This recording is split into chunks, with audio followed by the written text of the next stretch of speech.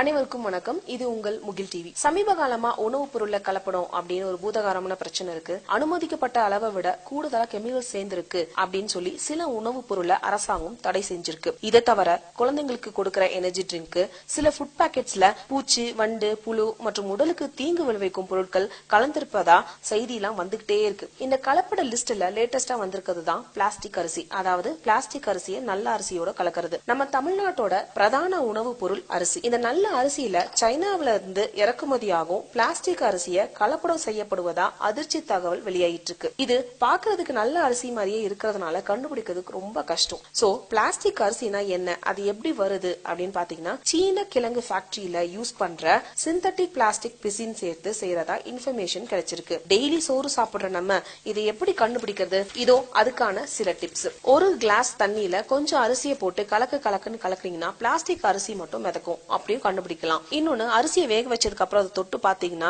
கையில ஒட்டவே ஒட்டாது. அதே மாதிரி வேக வைக்கும் போதும் பிளாஸ்டிக் உருகி ஒரு படலம் போல மிதக்குமா.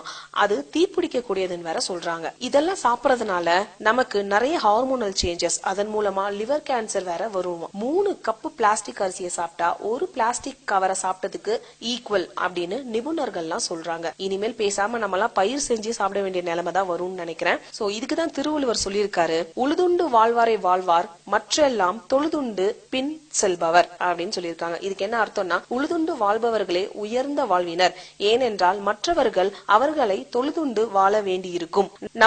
நம்ம விவசாயிக்கு தண்ணி கிடைச்சா என்ன, கிடைக்கலனா என்ன, மழை வந்தா என்ன, வரலனா என்ன, விவசாயி கடன் கொடுக்காம செத்தா என்ன, விவசாயி இடத்த ரியல் எஸ்டேட் காரங்க பிளாட் போட்டு வித்தா என்ன, விவசாயி யூஸ் பண்ற தண்ணிய ரசாயன கழிவு கலந்தா என்ன, இதற்கெல்லாம் போராடுற 4 பேரை ஜோக்கரா பார்த்த நமக்கு சாப்பிடறதுக்கு நல்ல அரிசியா கிடைக்கும்? கண்டிப்பா கிடைக்காது. விவசாயம் நல்லா இருந்தாதான் நாமும் நல்லா இருக்க முடியும், நாடும் நல்லா இருக்கும். அப்படிங்கிற ஒரு நல்ல கருத்தோட இந்த வீடியோவை முடிச்சுக்கிறோம். இந்த வீடியோ உங்களுக்கு பிடிச்சிருந்தா லைக் பண்ணுங்க, சப்ஸ்கிரைப் பண்ணுங்க, கமெண்ட் கொடுங்க. For more informative awesome videos, subscribe to Mugil TV.